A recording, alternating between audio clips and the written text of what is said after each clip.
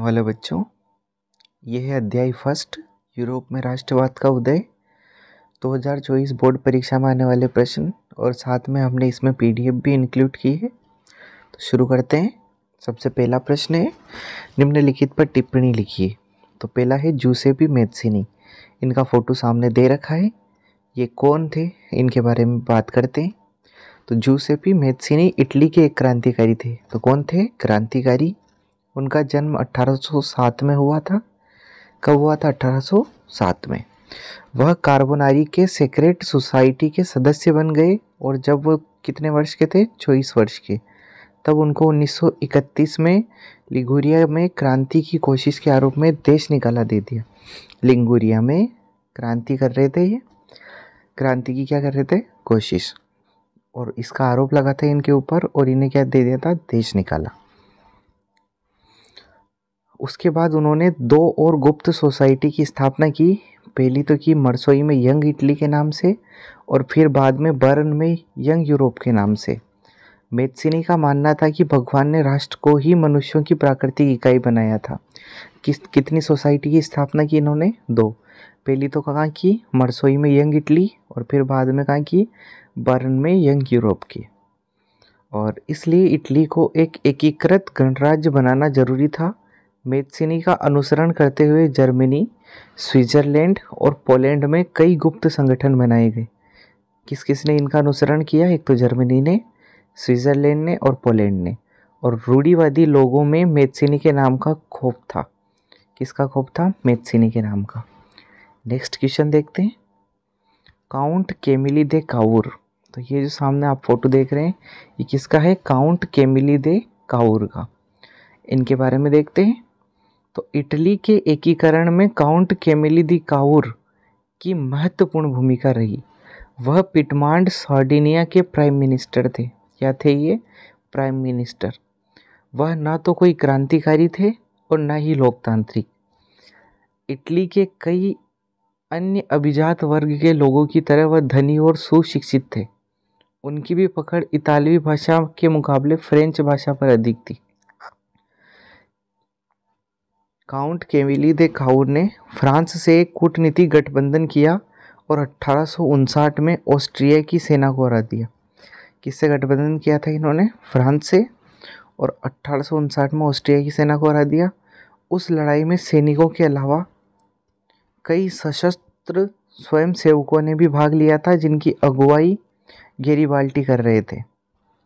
सन 1869 की मार्च के महीने में वे दक्षिण इटली और ट्रू सिसिली के राज्य की ओर बढ़े। उन्होंने स्थानीय किसानों को समर्थन जीता और फिर स्पेनिश शासकों को सत्ता से हटा दिया।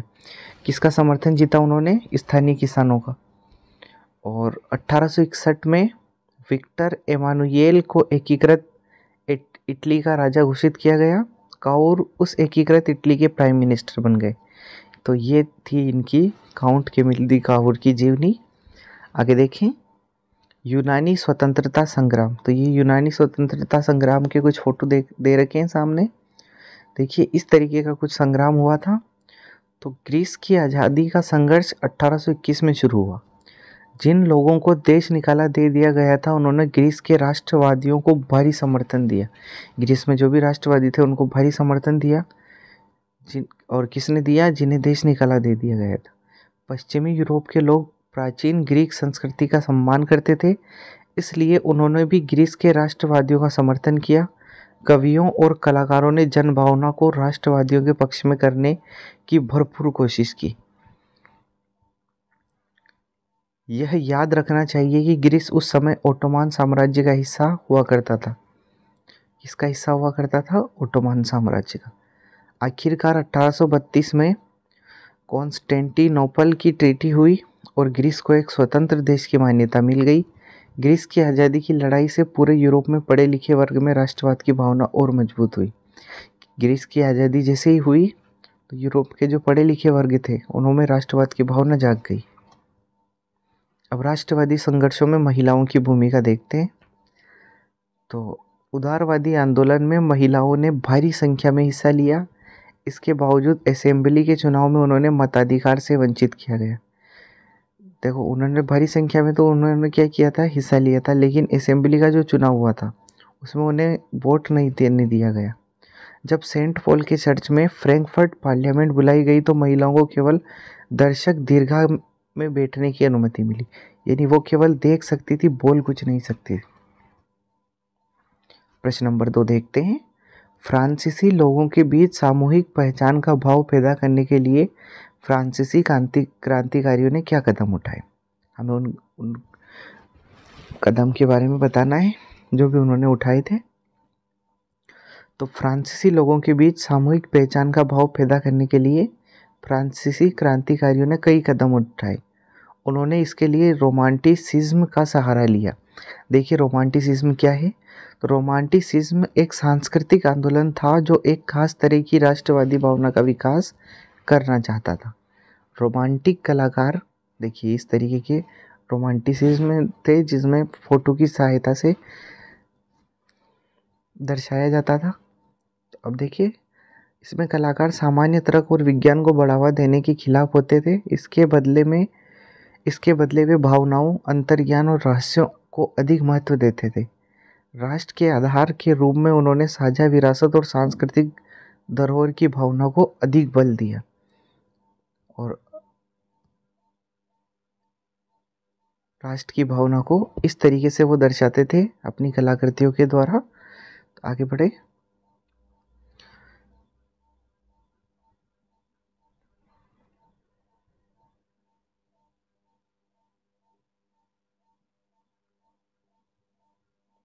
राष्ट्रवादी भावनाओं को बल देने में भाषा ने भी महत्वपूर्ण भूमिका निभाई।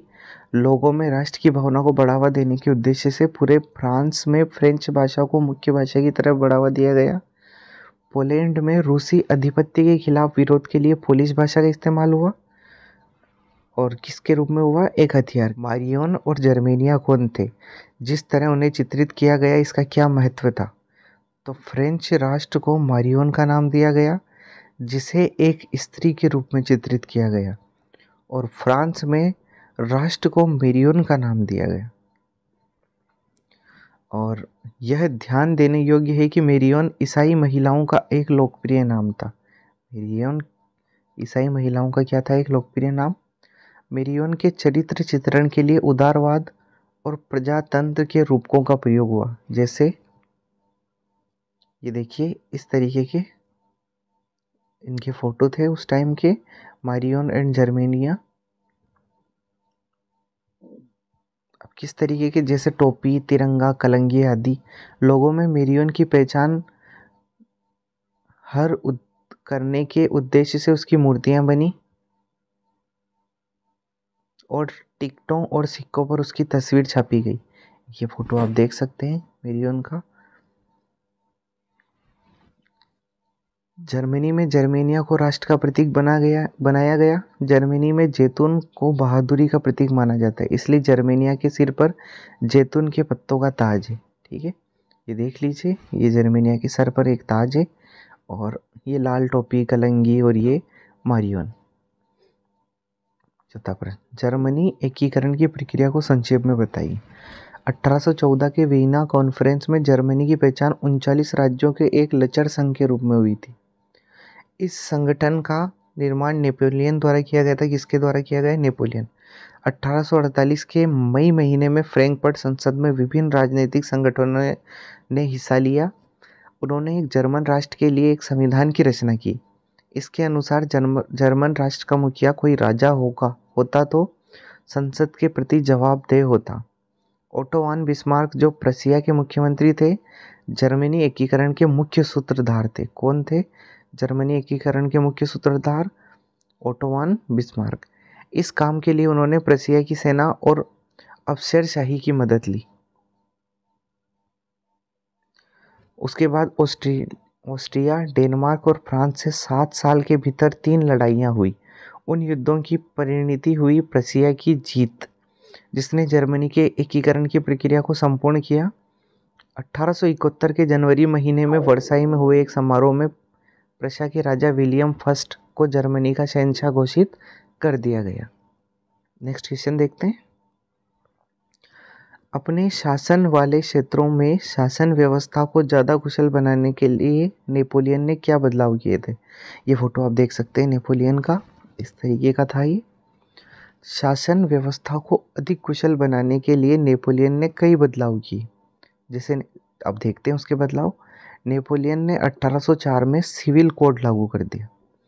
क्या किया? सिविल कोड, जिसे नेपोलियन कोड भी कहा जाता है।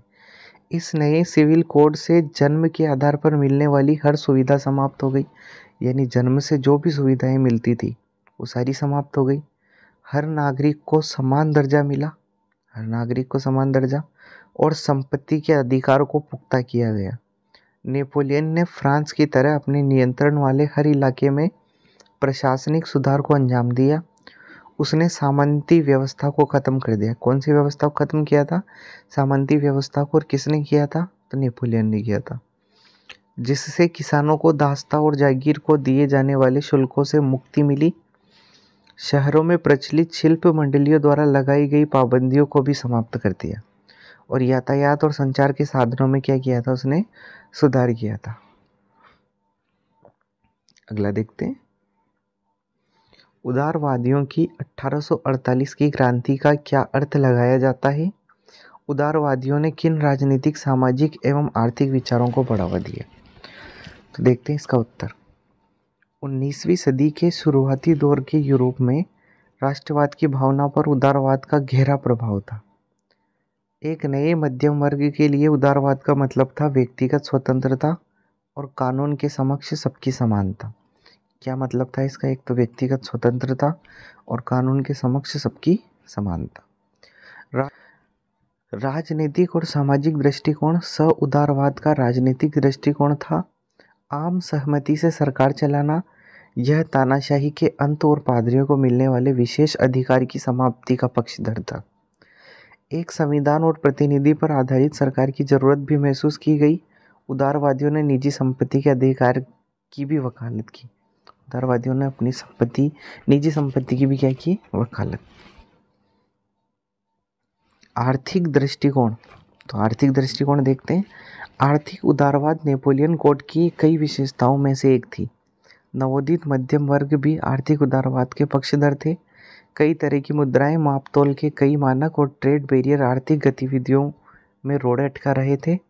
नया व्यवसायी वर्ग एक ऐसे एकीकृत आर्थिक इलाके की मांग कर रहा था जिससे माल, लोग और पूंजी का प्रवाह निर्बाध रूप से चलता रहे।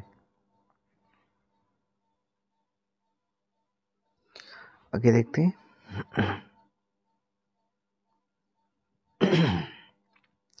यूरोप में राष्ट्रवाद के विकास में संस्कृति के योगदान को दर्शाने के लिए 3 उदाहरण देने। देखते हैं 3 उदाहरण कौन कौन से हैं। फ्रांस में एक ही भाषा को बढ़ावा देने की नीति थी, तो ये तो पहला। दूसरा, रूसी आधिपत्य के खिलाफ पोलैंड में पोलिश भाषा का इस्तेमाल। और जर्मनी में साझा संस्कृति को बढ़ावा देना। ये 3 थे। एक तो फ्रांस में एक ही भाषा को बढ़ावा मिला। दूसरा, रूसी आधिपत्य के खिलाफ पोलैंड में कौन सी भाषा गई? पोलिश भाषा। और जर्मनी में साझा संस्कृति को क्या हुआ? बढ़ावा मिला। Next question. किन्हीं 2 देशों पर ध्यान केंद्रित करते हुए बताएं कि 19वीं सदी में राष्ट्र किस प्रकार विकसित हुए। 2 देशों के बारे में बताना है, तो आइए पढ़ते हैं इसके बारे में। इसे दर्शाने के लिए इटली और यूनान के उदाहरण सटीक बैठते हैं। तो कौन सा? इटली और एक यूनान। अब इटली के बारे में। इटली में काउर के प्रयासों के कारण इटली एक राष्ट्र बन पाया। यूनान में ऐतिहासिक ग्रीस संस्कृति और ओटोमान साम्राज्य के इस्लामी संस्कृति के अंतरों का हवाला दिया गया। ग्रीस संस्कृति के पक्षधर कई लोगों ने ग्रीस के संघर्ष का समर्थन किया, जिससे ग्रीस की आज़ादी में काफ़ी सहायता मिली। अधिकतर मामलों में एक साझा संस्कृति का इतिहास शक्तिशाली लोगों द्वारा गरीबों का उत्पीड़न और उदारवाद का जन्म ने ऐसे उत्प्रेरकों का काम किया जिसने लोगों में राष्ट्रवाद की भावना को घर बनाने में मदद की। ठीक है, तो कौन कौन से देश हैं ऐसे? एक तो इटली और एक यूनान। ब्रिटेन में राष्ट्रवाद का इतिहास शेष यूरोप की तुलना में किस प्रकार भिन्न था? देखें इसे। यूरोप के अन्य भागों की तुलना में यूरोप में राष्ट्रवाद का विकास कुछ अलग तरह से हुआ। तो देखते हैं किस अलग तरह से हुआ। 18वीं सदी से पहले ब्रिटिश द्वीप अलग अलग नस्लों में बटे हुए थे, जिनकी अलग अलग सांस्कृतिक और राजनीतिक परंपरा थी, जैसे कि इंग्लिश, वेल्श, स्कॉट या आयरिश। इंग्लिश राष्ट्र के धन संपदा, महत्व और ताकत में वृद्धि होने के साथ साथ ब्रिटिश द्वीप समूहों के अन्य राष्ट्रों पर इंग्लिश राष्ट्र का प्रभुत्व बढ़ता रहा। एक लंबे झगड़े के बाद इंग्लिश पार्लियामेंट ने 1688 में राज परिवार से सत्ता ले ली। राज परिवार से कब सत्ता ले ली? 1688 में। और ब्रिटेन के राष्ट्रों के निर्माण में इंग्लिश पार्लियामेंट की अहम भूमिका रही। 1707 में इंग्लैंड और स्कॉटलैंड के बीच यूनियन एक्ट बना। कब बना था यूनियन एक्ट? 1707, जिसके परिणाम स्वरूप United kingdom of great Britain की स्थापना हुई। अपनी वित्तीय ताकत के कारण इंग्लैंड ब्रिटिश द्वीपों के अन्य राष्ट्रों पर भारी पड़ता था। इसके कारण एक ऐसे United kingdom of great Britain का निर्माण हुआ जिसमें इंग्लैंड एक हावी सदस्य था और अन्य नस्ल के लोगों को इंग्लिश संस्कृति द्वारा दबा दिया गया। अगला देखते हैं, बाल्कन प्रदेशों में राष्ट्रवादी तनाव क्यों पनपा? ये इम्पोर्टेंट प्रश्न।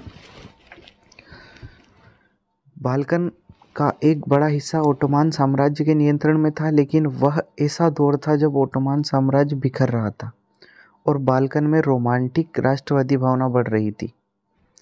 पूरी 19वीं सदी के दौरान ओटोमन साम्राज्य ने आधुनिकीकरण और आंतरिक सुधारों के द्वारा अपनी ताकत बढ़ाने की असफल कोशिश तो की, लेकिन कैसी की? असफल।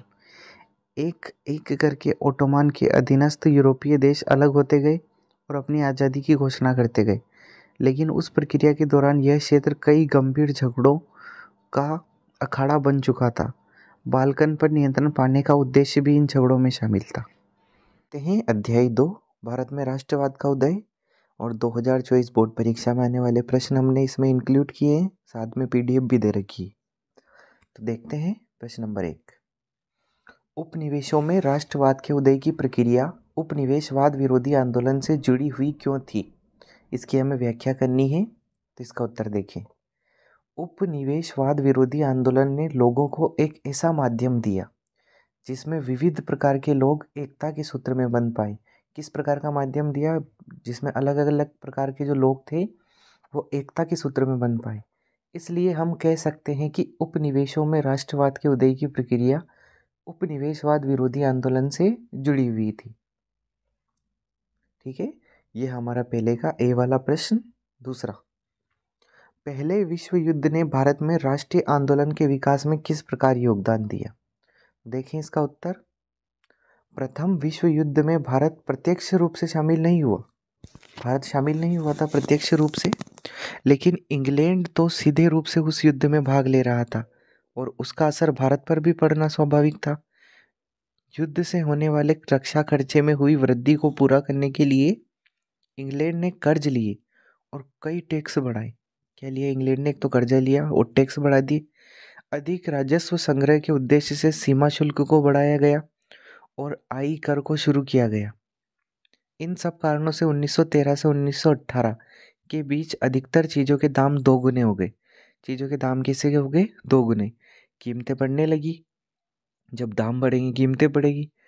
आम आदमी की मुसीबतें बढ़ गई। प्रथम विश्व युद्ध में लड़ने के लिए लोगों को सेना में जबरन भर्ती किया गया, जिससे ग्रामीण इलाकों में बहुत आक्रोश था। ठीक है, तो ये पहले विश्व युद्ध ने भारत में राष्ट्रीय आंदोलन के विकास में इस प्रकार योगदान किया, क्योंकि एक तो टैक्स बढ़ गया।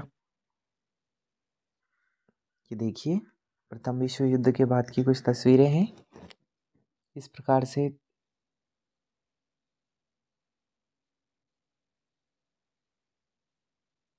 अगला देखिए, सी वाला। भारत के लोग रोलेट एक्ट के विरोध में क्यों थे? भारत के लोग रोलेट एक्ट का विरोध क्यों कर रहे थे? तो यह एक्ट इसलिए बनाया गया था ताकि सरकार के पास राजनीतिक गतिविधियों को कुचलने के लिए असीम शक्ति मिल सके। रोलेट एक्ट के अनुसार देखिए अब क्या होता था इसमें। रोलेट एक्ट के अनुसार राजनीतिक कैदियों को बिना ट्रायल के ही 2 साल तक के लिए कैद किया जा सकता था। यानी उन्हें ये बताना जरूरी नहीं होता था कि उन्होंने क्या गुनाह किया है, बस उन्हें पकड़ के जेल में डाल दो, और कितने समय के लिए? 2 साल के लिए। इसलिए भारत के लोग रोलेट एक्ट के खिलाफ थे। अगला प्रश्न देखिए,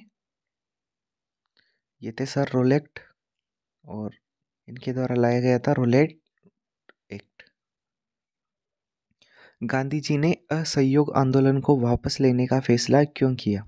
गांधी जी ने शुरू किया था असहयोग आंदोलन, लेकिन बहुत सारी जगह दंगे फैल गए थे और इन्हीं के कारण गांधी जी ने इस नरसंहार से दुखी होकर असहयोग आंदोलन वापस लिया था। तो देखते हैं इसे। 1921 के अंत आते आते कई स्थानों पर आंदोलन नियंत्रण से बाहर हो चुका था और हिंसक रूप लेने लगा था। इसलिए फरवरी 1922 में गांधी जी ने असहयोग आंदोलन को वापस लेने का निर्णय लिया। कब वापस ले लिया? फरवरी 1922 में।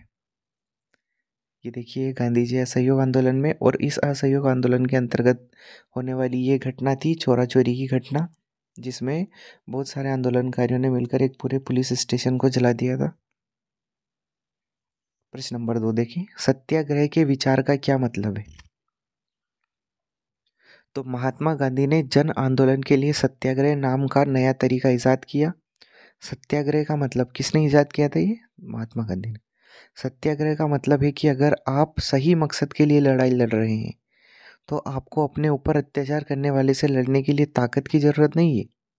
गांधी जी का दृढ़ विश्वास था कि आप सत्याग्रह की मदद से अपनी लड़ाई अहिंसा के द्वारा जीत सकते हैं। किसके द्वारा? अहिंसा के द्वारा। और सत्याग्रह किसके द्वारा दिया गया था? महात्मा गांधी के द्वारा। प्रश्न नंबर 3 देखते हैं। निम्नलिखित पर अखबार के लिए रिपोर्ट लिखे। अखबार के लिए रिपोर्ट है, लेख लिखना है एक। पहला, जलियांवाला बाग हत्याकांड कब हुआ था? तो ये, और कहाँ हुआ था? तो ये हुआ था अमृतसर में 13 अप्रैल 1919 को। आज जलियांवाला बाग में बड़ा ही दर्दनाक हादसा हुआ। ये बात कर रहे हैं हम 13 अप्रैल 1919 की। बाग में बैसाखी के मेले में आए हजारों निर्दोष लोगों पर अंग्रेजी जनरल डायर ने गोली चलाने के आदेश दिए। कोई भी बचकर भागने ना पाए, इसके लिए बाहर जाने के सभी रास्ते बंद कर दिए। इस नृशंस गोलीकांड में कई लोग मारे गए और उनसे कई गुना अधिक घायल हो गए, और पूरा देश इस दुर्घटना से सकते में आ गया था, क्योंकि इसमें इतना भयंकर नरसंहार हुआ था जिसमें बूढ़े, बच्चे और जवान किसी को नहीं छोड़ा गया था। ये जलियांवाला बाग नरसंहार को दर्शाती 2 फोटो हैं, पहली और एक ये दूसरी। इस अध्याय में दी गई भारत माता की छवि और अध्याय 1 में दी गई जर्मेनिया की छवि की तुलना करनी। ये प्रश्न नंबर 4 है। तो भारत माता की छवि और जर्मेनिया की छवि में जो समानता है वह है मातृभूमि को एक महिला के रूप में दिखाना। क्या समानता है दोनों में? इसमें, उसमें मातृभूमि है, इसमें मातृभूमि। मातृभूमि को एक महिला के रूप में दिखाना। दोनों तस्वीरों में महिला को पारंपरिक परिधानों से सजाया गया है तथा उनके हाथों में कुछ रूपक दर्शाए गए हैं। ये रूपक स्वतंत्रता, उदारवाद, शांति और ऊर्जा के प्रतीक है। दोनों में ये दोनों में तुलना थी, किसमें? एक तो जर्मेनिया में और एक भारत माता में। प्रश्न नंबर 5, 1921 में असहयोग आंदोलन में शामिल होने वाले सभी सामाजिक समूहों की सूची बनाइए। इसके बाद उनमें से किन्हीं 3 को चुनना है और उनकी आशाओं और संघर्षों के बारे में लिखना है और ये दर्शाना है कि वे आंदोलन में क्यों शामिल हुए थे। तो देखें इसका उत्तर। असहयोग आंदोलन में किसान शामिल हुए, आदिवासी, बागान मजदूर, छात्र, वकील, सरकारी कर्मचारी, महिलाएं आदि शामिल हुई, और इनमें से 3 का विवरण इसने पूछा है, तो 3 के बारे में देखिए। सबसे पहले आते हैं किसान। तालुकदार और जमींदार अधिक माल गुजारी की मांग कर रहे थे। किसानों से बेगारी करवाई जाती थी। इन सबके विरोध में किसान उठ खड़े हुए और किसान चाहते थे कि माल गुजारी कम हो, बेगार समाप्त हो और कठोर जमींदारों का सामाजिक बहिष्कार हो। ठीक है, ये तो किसानों की समस्या। बागान मजदूर क्यों परेशान थे? तो चाय बागानों में काम करने वाले मजदूरों की स्थिति भी खराब थी। इंडियन इमिग्रेशन एक्ट 1859 के अनुसार बागान मजदूरों को बिना अनुमति के बागान छोड़कर जाना मना था, यानी बिना अनुमति के वो नहीं जा सकते थे। असहयोग आंदोलन से प्रभावित होकर कई मजदूरों ने अधिकारियों की बात मानने से इनकार कर दिया। वे बागानों को छोड़कर अपने घरों की तरफ चले गए, लेकिन रेलवे और स्टीमर की हड़ताल के कारण वे बीच में ही फंस गए, जिससे उन्हें कई मुसीबतें झेलनी पड़ी। पुलिस ने उन्हें पकड़ लिया और बुरी तरह पीटा। ये किसकी समस्या थी? बागान मजदूर की। प्रश्न नंबर 6, नमक यात्रा की चर्चा करते हुए स्पष्ट करें कि यह उपनिवेशवाद के खिलाफ प्रतिरोध का एक असरदार तरीका कैसे था। नमक यात्रा के बारे में बात करनी। तो नमक यात्रा जो है वो 12 मार्च 1930 को गांधी जी दांडी मार्च या नमक आंदोलन के रूप में शुरू किया था। उनके साथ 78 विश्वस्त अनुयायी शामिल थे। महात्मा गांधी और उनके अनुयायी 24 दिनों तक पैदल चले और साबरमती से दांडी तक की 240 मील की दूरी तय की। रास्ते में कई जगह उन्हें अन्य लोग उनके साथ हो गए। 6 अप्रैल 1930 को गांधी जी ने मुट्ठी भर नमक उठाकर प्रतीकात्मक रूप से इस कानून को तोड़ा। ये था नमक आंदोलन। अब देखें आगे।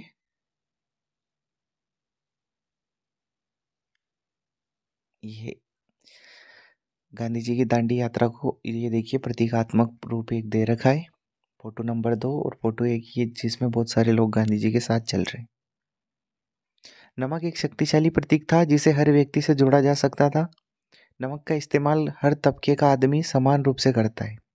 ऐसा नहीं है कि अमीर आदमी अधिक नमक खाएगा और गरीब कम खाएगा। किसी उद्योगपति या व्यवसायी के लिए यह उम्मीद जागती थी कि कई अन्य कर समाप्त हो सकते थे जिनसे व्यवसाय प्रभावित हो रहा था। किसी आम आदमी के लिए नमक कर समाप्त होने से नमक की कीमत में गिरावट की उम्मीद जगती थी, क्योंकि नमक उस समय बहुत महंगा था।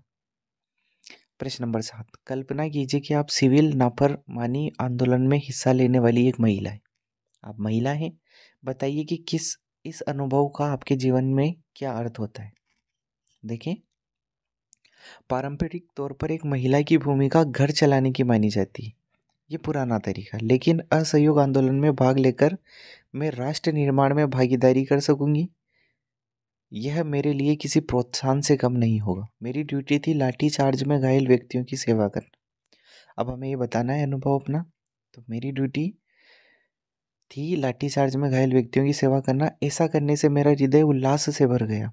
ऐसा लग रहा था अपने काम के जरिए मैं गांधी जी के बड़े लक्ष्य में अपना योगदान दे रही थी। ठीक है, ये हम कल्पना कर रहे हैं। और प्रश्न नंबर 8, राजनीतिक नेता पृथक निर्वाचिका के सवाल पर बंटे हुए थे। बंटे होंगे ही सही, क्योंकि सब अलग अलग लोगों को रिप्रेजेंट कर रहे थे। तो मुस्लिम लीग, देखो इसका आंसर, मुस्लिम लीग के नेता मानते थे कि मुसलमानों का भविष्य हिंदू बहुल देश में सुरक्षित रखने के लिए पृथक निर्वाचिका की जरूरत थी। वह अपने समुदाय के लोगों के लिए बेहतर राजनीतिक शक्ति की इच्छा रखते थे। और भारत में दलितों के उत्पीड़न का लंबा इतिहास रहा है, इसलिए दलितों के नेताओं को शंका थी कि सवर्णों के हाथ में सत्ता आने से दलितों की स्थिति और भी खराब हो जाएगी। मुसलमान के लिए देख रहे थे और दलित दलितों के बारे में सोच रहे थे, इसलिए वे दलितों के लिए पृथक निर्वाचिका की मांग कर रहे थे। लेकिन गांधी जी का मानना था कि पृथक निर्वाचिका मुसलमानों और दलितों को मुख्य धारा से दूर ले जाएगी, इसलिए राजनीतिक नेता पृथक निर्वाचिका के सवाल पर बटे हुए थे। 2 चैप्टर हमारे पूरे हो गए थे, एक तो यूरोप में राष्ट्रवाद और एक भारत में राष्ट्रवाद। यह है अध्याय 3, भूमंडलीकृत विश्व का बनना। पहले वाले अध्याय में हमने क्वेश्चन देखे थे, इसमें हम थोड़े बहुत महत्वपूर्ण जो टॉपिक हैं वो भी देखेंगे। तो आइए शुरू करते हैं। सबसे पहले है वैश्वीकरण। तो क्या है ये?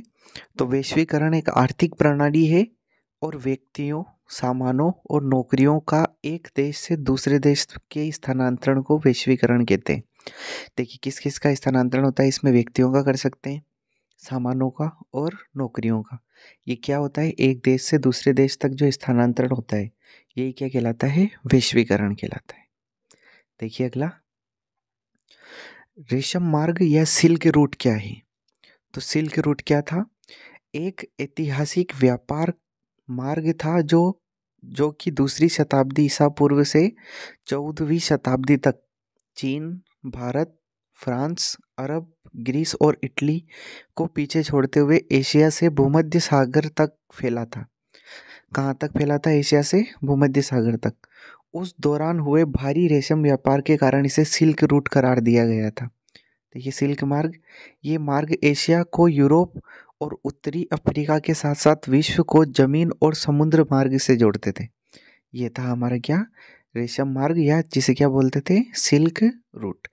क्या क्यों बोलते थे इसे रेशम मार्ग? तो उस दौरान हुए भारी रेशम व्यापार के कारण इसे सिल्क रूट बोला जाता था। अगला देखते हैं, अब रेशम मार्ग की विशेषताएं देखते हैं। इस सिल्क रूट से होकर चीन के बर्तन दूसरे देशों तक जाते थे। पहला तो क्या है, चीन के बर्तन कहाँ जाते थे, दूसरे देशों तक। इसी प्रकार यूरोप से एशिया तक सोना और चांदी इसी सिल्क रूट से जाता था। सिल्क रूट के रास्ते ही ईसाई, इस्लाम और बौद्ध धर्म दुनिया के विभिन्न भागों में पहुंचे थे। देखिए, तीन तो ये हो गए, एक तो चीन के बर्तन, सोना चांदी, और ये ईसाई, इस्लाम और बौद्ध धर्म। रेशम मार्गों को दुनिया के सबसे दूर के हिस्सों को जोड़ने वाला सबसे महत्वपूर्ण मार्ग माना जाता था। अगला देखें, क्रिश्चियन युग से पहले भी सिल्क रूट अस्तित्व में था और 15वीं शताब्दी तक विकसित हुआ था। और सिल्क रूट दुनिया के विभिन्न हिस्सों के बीच व्यापार और सांस्कृतिक संबंधों का एक बड़ा स्रोत साबित हुआ, क्योंकि इसने सभी को जोड़ दिया था आपस में। आगे देखिए, कॉर्न लॉ क्या था। तो कॉर्न लॉ वह कानून जिसके सहारे सरकार ने मक्का के आयात पर पाबंदी लगा दी। एक तो आयात होता है और एक निर्यात होता है। आयात यानी खरीदना, निर्यात यानी बेचना। तो कुछ दिन बाद ब्रिटेन में जनसंख्या बहुत ज़्यादा बढ़ गई। तो जनसंख्या बढ़ी, तो जैसे ही जनसंख्या बढ़ी भोजन की मांग में वृद्धि हो गई, और भोजन की मांग बढ़ी तो कृषि आधारित सामानों में भी क्या हो गई, वृद्धि हो गई। तो कॉर्न लॉ क्या था, तो ये एक कानून था जिसके सहारे सरकार ने मक्का के आयात पर क्या लगा दी थी, पाबंदी। ठीक है। इससे पहले कि ब्रिटेन में भूखमरी आती, सरकार ने कॉर्न लॉ को क्या कर दिया, समाप्त कर दिया, क्योंकि जनसंख्या बढ़ गई, मांग बढ़ गई, तो इतनी पैदावार नहीं थी, जिससे अलग अलग देश के व्यापारियों ने ब्रिटेन में भोजन का निर्यात किया और भोजन की कमी में बदलाव आया और विकास होने लगा। ठीक है। अब कॉर्न लॉ जब लगा था तो उसके समय क्या क्या घटनाएं हुई, तो वो देखो, भोजन की मांग बढ़ गई क्योंकि जनसंख्या बढ़ी और भोजन के दाम भी बढ़े, क्योंकि ज़्यादा मांग रहेगी तो दाम बढ़ेंगे ही सही। और कॉर्न लॉ हटने के बाद तो व्यापार में वृद्धि हुई, विकास तेज हुआ और भोजन का अधिक भंडार हुआ, क्योंकि बाहरी देश इसमें क्या करने लग गए थे, निर्यात। अगला देखिए, रिंडर पेस्ट या मवेशी प्लेग। रिंडर पेस्ट प्लेग की भांति फैलने वाली मवेशियों की बीमारी थी। क्या थी ये, मवेशियों की बीमारी। वह बीमारी 1890 के दशक में अफ्रीका में बड़ी तेजी से फैली। अब ये पूछ ले कब फैली थी, तो 1890 में। और ये एक फोटो देखिए सामने, इस तरीके की ये थी। अब रिंडर पेस्ट का प्रकोप देखें, तो रिंडर पेस्ट का अफ्रीका में आगमन 1880 के दशक के आखिर में हुआ। आई तो कब थी, 1880, और प्रकोप भारी कब हुआ था इसका, 1890 में। यह बीमारी उन घोड़ों के साथ आई थी जो ब्रिटिश एशिया से लाए थे। जो ब्रिटिश कहाँ से लाए थे, एशिया से। ऐसा उन इटालियन सैनिकों की मदद के लिए किया गया था जो पूर्वी अफ्रीका में एरिट्रिया पर आक्रमण कर रहे थे। उनकी आक्रमण करने वाले सैनिकों की मदद के लिए किसको लेके आए थे, घोड़ों को। और घोड़ों के साथ क्या आया था, रिंडर पेस्ट। आगे देखें, बंधुआ मजदूर क्या होते हैं, ये देखिए फोटो इस तरीके की। वैसे मजदूर जो किसी खास मालिक के लिए खास अवधि के लिए काम करने को प्रतिबद्ध होते हैं, बंधुआ मजदूर कहलाते हैं। इनसे जो चाहे काम करवाया जाता था और नाम मात्र का इनको मेहनताना दिया जाता था। महायुद्धों के बीच अर्थव्यवस्था देखें, तो महायुद्धों के बीच किस प्रकार की अर्थव्यवस्था थी, तो प्रथम विश्व युद्ध मुख्य रूप से यूरोप में लड़ा गया था। कहाँ लड़ा गया प्रथम विश्व युद्ध, यूरोप में। इस समय के दौरान दुनिया ने आर्थिक, राजनीतिक अस्थिरता और एक और दयनीय युद्ध का अनुभव किया।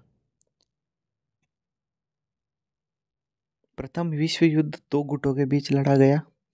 एक पर सहयोगी थे ब्रिटेन, फ्रांस, रूस, और बाद में अमेरिका भी शामिल हो गया, क्योंकि अमेरिका के एक बंदरगाह पे हमला हुआ था इस कारण। और विपरीत दिशा में जर्मनी, ऑस्ट्रिया, हंगरी और ओटोमान और तुर्की थे। और यह युद्ध कितने वर्षों तक चला, 4 वर्षों तक। ठीक है। महामंदी का दौर देखते हैं, ये महत्वपूर्ण है, परीक्षा में प्रश्न भी बनते हैं महामंदी से। तो महामंदी की शुरुआत 1929 से हुई और यह संकट 30 के दशक के मध्य तक बना रहा।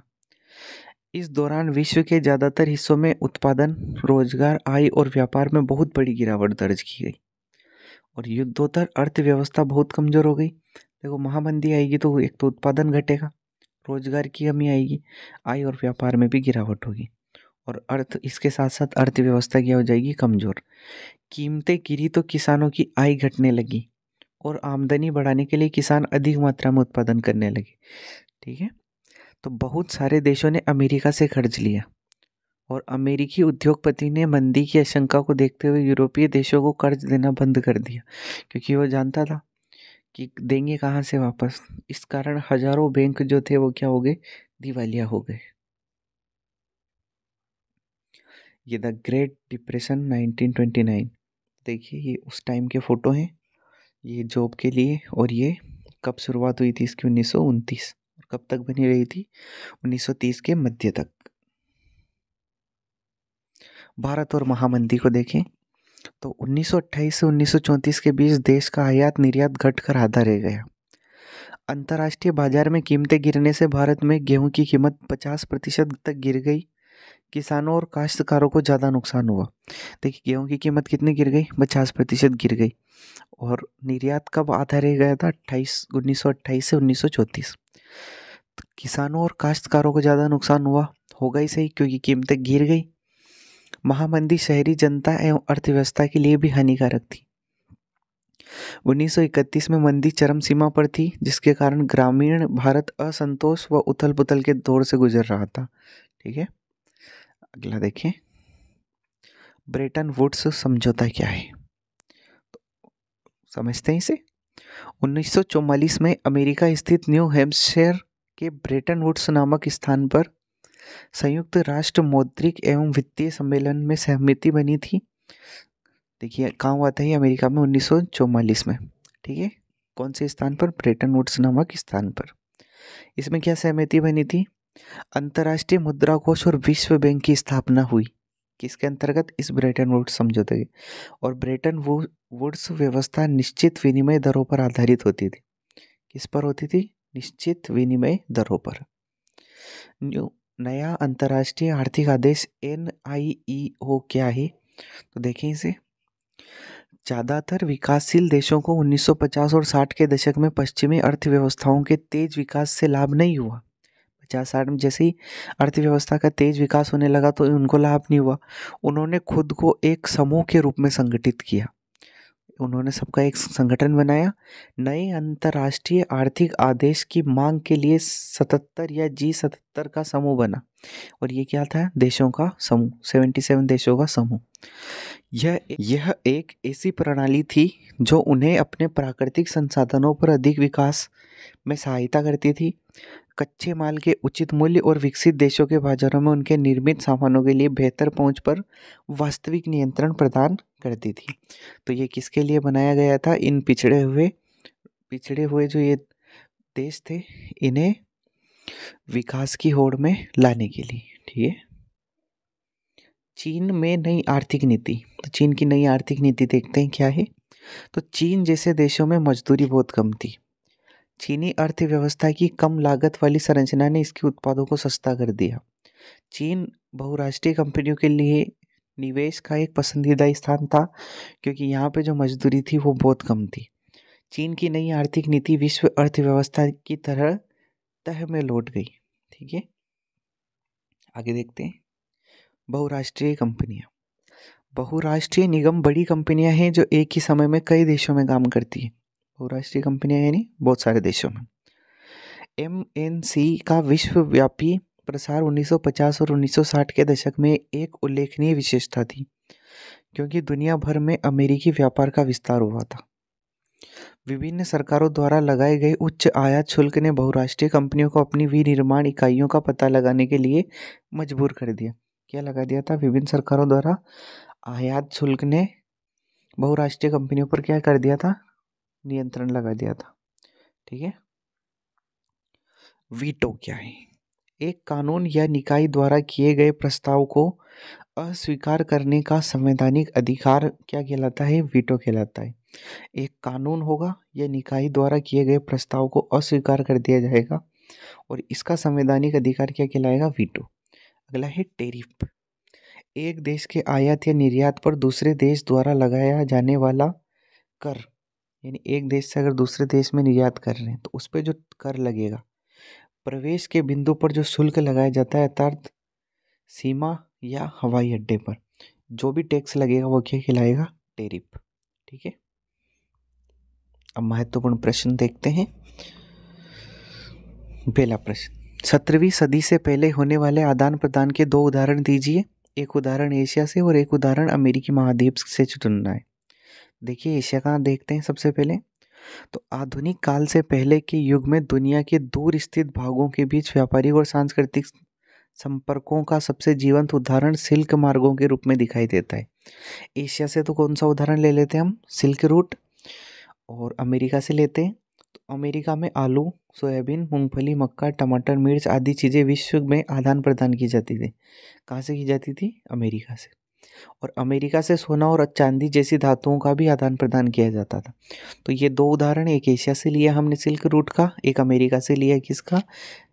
भोज्य पदार्थों का, जैसे आलू, सोयाबीन और इसके अलावा धातुएं कौन सी थी? चांदी और सोना। प्रश्न नंबर 2, बताएं कि पूर्व आधुनिक विश्व में बीमारियों के वैश्विक प्रसार ने अमेरिकी भूभागों के उपनिवेशीकरण में किस प्रकार मदद की? तो बीमारियों की बात कर रहे हैं ना। तो 16वीं सदी से पहले तक तो अमेरिका देश को कोई अच्छे से जानता ही नहीं था। देखिए ये बात, 16वीं सदी से पहले अमेरिका देश को कोई नहीं जानता था। लेकिन 16वीं सदी के मध्य तक आते आते पुर्तगाली और स्पेनिश सेनाओं की विजय का सिलसिला शुरू हो चुका था। उन्होंने अमेरिका को उपनिवेश बनाना शुरू कर दिया और यूरोपीय सेनाएं केवल अपनी सैनिक ताकत के दम पर नहीं जाती थी। स्पेनिश विजेताओं के सबसे शक्तिशाली हथियारों में परंपरागत किस्म का सैनिक हथियार तो कोई था ही नहीं। यह हथियार तो चेचक जैसे कीटाणु थे। क्या थे? चेचक जैसे कीटाणु, जो स्पेनिश सैनिकों और अफसरों के साथ वहां जा पहुंचे थे। लाखों साल से दुनिया से अलग थलग रहने के कारण अमेरिका के लोगों के शरीर में यूरोप से आने वाली इन बीमारियों से बचने की रोग प्रतिरोधी क्षमता नहीं थी। यानी अमेरिका अलग थलग देश था, इसमें रोग प्रतिरोधक क्षमता नहीं थी इनके शरीर में। फलस्वरूप इस नए स्थान पर चेचक बहुत मारक साबित हुआ। एक बार संक्रमण शुरू होने के बाद तो यह बीमारी पूरे महाद्वीप में फैल गई और जहां यूरोपीय लोग नहीं पहुंचे थे वहां के लोग भी इसकी चपेट में आने लग गए। इसने पूरे समुदाय को खत्म कर डाला। इस तरह घुसपैठियों की जीत का रास्ता आसान हो गया। इन्हें लड़ने के लिए हथियारों की जरूरत नहीं पड़ी। इनका सबसे बड़ा हथियार क्या था? चेचक। प्रश्न नंबर 3, निम्नलिखित के प्रभावों की व्याख्या करते हुए संक्षिप्त टिप्पणियां लिखनी। पहला, क वाला देखते हैं, कॉरन लॉ के समाप्त करने के बारे में ब्रिटिश सरकार का फैसला। कॉरन लॉ को इसने समाप्त किया था ब्रिटिश सरकार ने, तो ये फैसला क्यों किया था? तो देखते हैं। जैसे ही कॉरन लॉ खत्म हुआ, ठीक वैसे ही कम कीमत पर खाद्य पदार्थों का आयात होने लगा, कम कीमत में खरीदने लगे। आयातित खाद्य पदार्थ की लागत ब्रिटेन में पैदा होने वाले खाद्य पदार्थों से भी कम थी। इसके चलते ब्रिटिश किसानों की हालत बिगड़ने लगी, क्योंकि वे आयातित माल की कीमत का मुकाबला नहीं कर सकते थे और विशाल भूभागों पर खेती बंद हो गई। हजारों लोग बेरोजगार हो गए और गाँव के गाँव उजड़ गए और या तो वे कहाँ चले गए? शहरों में या दूसरे देशों में जाने लगे। ठीक है, ये कॉरन लॉ समाप्त होने के बारे में ये सोचा था ब्रिटिश सरकार ने। वाला देखते हैं, अफ्रीका में रिंडरपेस्ट का आना। तो अफ्रीका में रिंडरपेस्ट नाम की बीमारी सबसे पहले 1880 के दशक के आखिरी सालों में आई और 1892 में यह बीमारी अफ्रीका के अटलांटिक तट तक जा पहुंची। 5 साल बाद यह केप तक भी पहुंच गई। रिंडरपेस्ट ने अपने रास्ते में आने वाले 90% मवेशियों को मौत की नींद सुला दिया। यानी सारे मवेशी लगभग मर चुके थे इससे। और पशुओं के खत्म हो जाने से अफ्रीकियों की रोजी रोटी के साधन भी खत्म हो गए, क्योंकि अफ्रीका में रोजी रोटी के साधन कौन थे? उनके पशु। अपनी सत्ता को और मजबूत करने तथा अफ्रीकियों को श्रम बाजार में ढकेलने के लिए वहां के बागान मालिकों, खान मालिकों और औपनिवेशिक सरकारों ने बचे कुचे पशु भी अपने कब्जे में ले लिए और बचे कुचे पशु संसाधनों पर कब्जे से यूरोपीय उपनिवेशकारों को पूरे अफ्रीका को जीतने व गुलाम बना लेने का बेहतरीन मौका हाथ लग गया था। अगला देखते हैं ग वाला, विश्व युद्धों के कारण यूरोप में कामकाजी उम्र के पुरुषों की क्या हो गई थी? मौत। तो प्रथम विश्व युद्ध के दौरान यूरोप में कामकाजी उम्र के पुरुषों की मौत हो गई। मृतकों और घायलों में से ज्यादातर कामकाजी उम्र के लोग थे। यानी लड़ाई कौन करेंगे? नहीं, जो पुरुष होंगे वही करेंगे। इस महाविनाश के कारण यूरोप में कामकाज के लायक लोगों की संख्या बहुत कम रह गई। परिवार के सदस्य घट जाने से युद्ध के बाद परिवारों की आय भी गिर गई और युद्ध संबंधी सामग्री का उत्पादन करने के लिए उद्योगों का पुनर्गठन किया गया और युद्ध की ज़रूरतों के मद्देनज़र पूरे के पूरे समाजों को बदल दिया गया। मर्द मोर्चे पर जाने लगे तो घर की महिलाएं जो होती है वो पुरुषों को कामकाज संभालना पड़ा। तो महिलाओं को क्या संभालना पड़ा था? पुरुषों का कामकाज। ठीक है, घ वाला देखते हैं, भारतीय अर्थव्यवस्था पर महामंदी का प्रभाव। तो 1928 से 34 के बीच देश के आयात निर्यात घट गए और कैसे रह गए थे? लगभग आधे। जब अंतर्राष्ट्रीय बाजार में कीमतें गिरने लगी तो यहाँ भी कीमतें नीचे आ गई। 1928 से 34 के बीच भारत में गेहूं की कीमत कितनी रह गई? 50%। शहरी निवासियों के मुकाबले किसानों और काश्तकारों को ज़्यादा नुकसान हुआ और कृषि उत्पादों की कीमत तेजी से नीचे गिरी, लेकिन सरकार ने लगान वसूली से छूट देने से इनकार कर दिया। देखिए, कीमतें तो गिरी लेकिन सरकार ने लगान वसूली से क्या कर दिया? मना। और सबसे बुरी मार उन काश्तकारों पर पड़ी जो विश्व बाजार के लिए उपज करते थे, यानी जो बाहर के लिए उत्पादन करते थे। और सभी किसानों को कर्ज ने बुरी तरीके से प्रभावित किया। तो ये भारत की अर्थव्यवस्था में महामंदी का प्रभाव था। अगला देखते हैं, बहुराष्ट्रीय कंपनियों द्वारा अपने उत्पादन को एशियाई देशों में स्थानांतरित करने का फैसला। तो देखिए इसका उत्तर,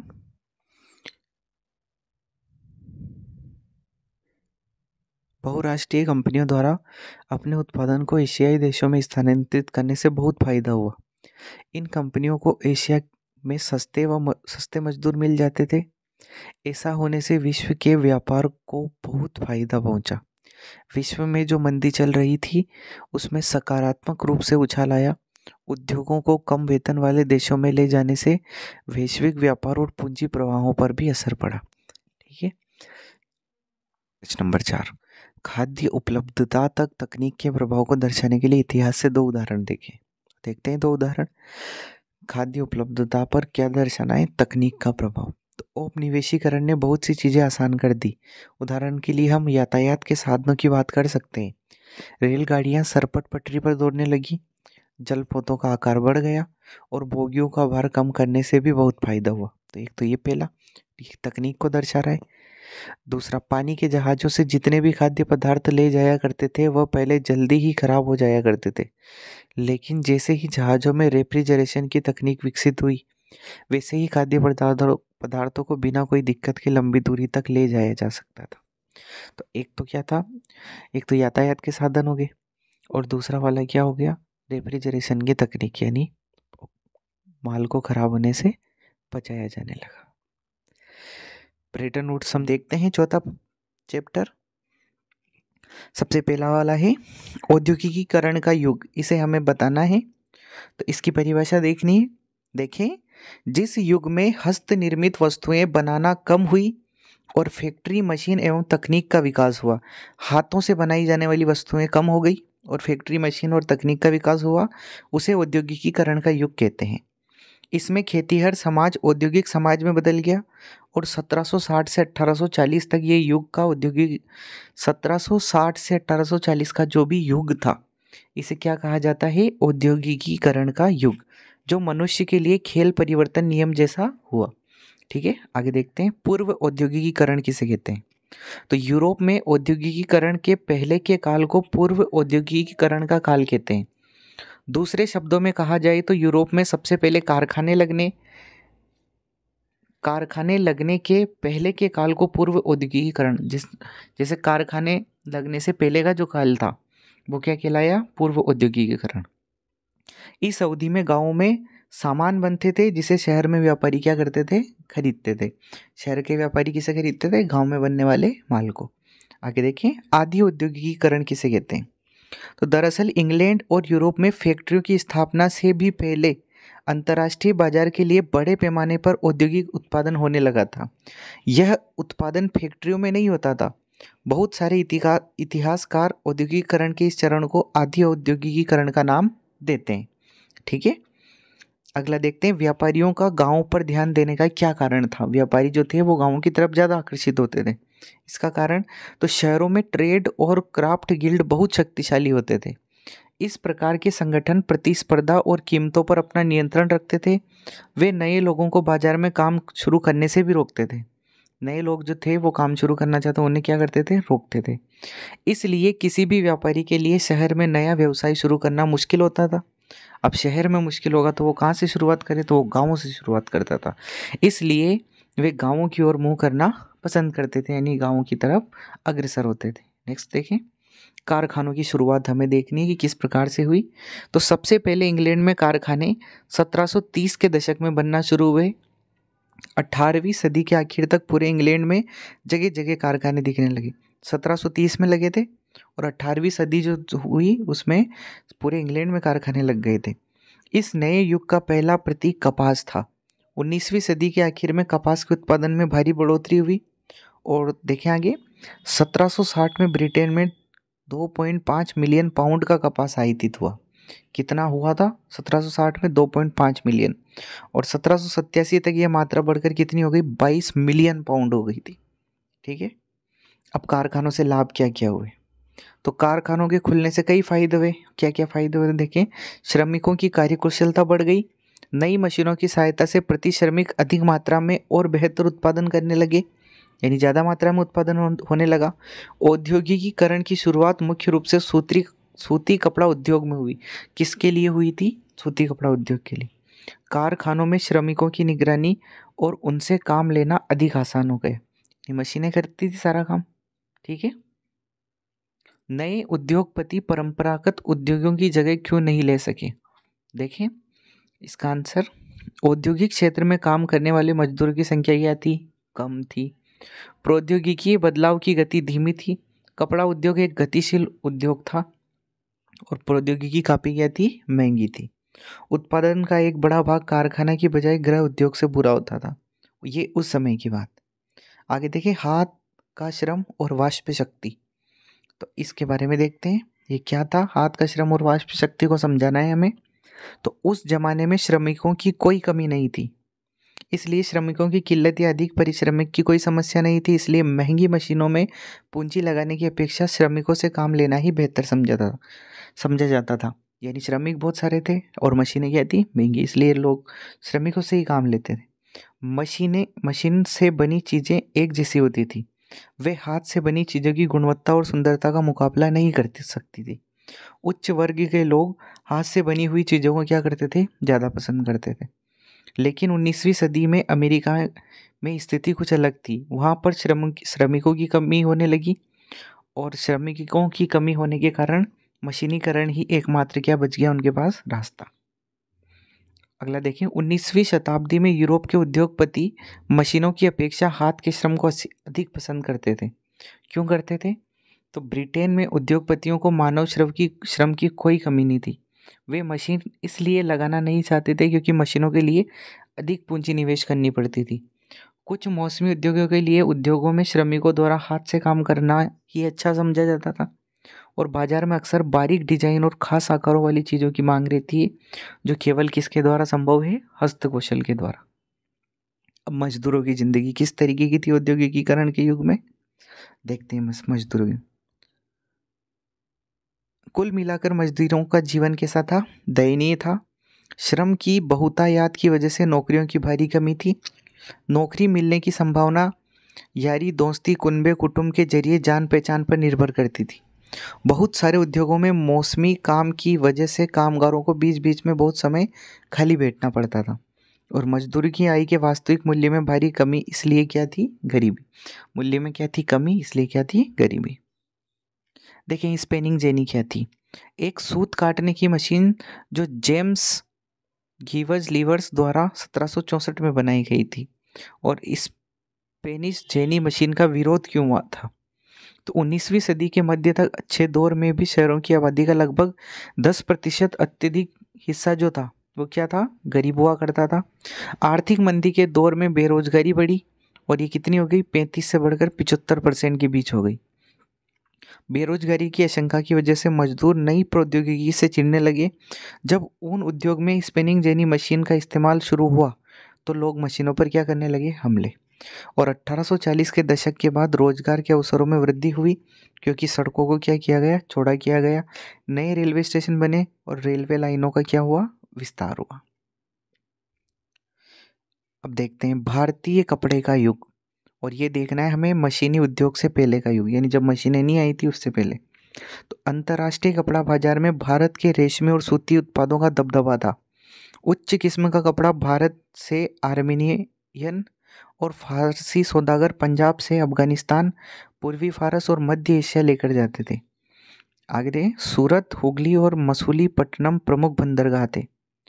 विभिन्न प्रकार के भारतीय व्यापारी तथा बैंकर इस व्यापार नेटवर्क में शामिल थे।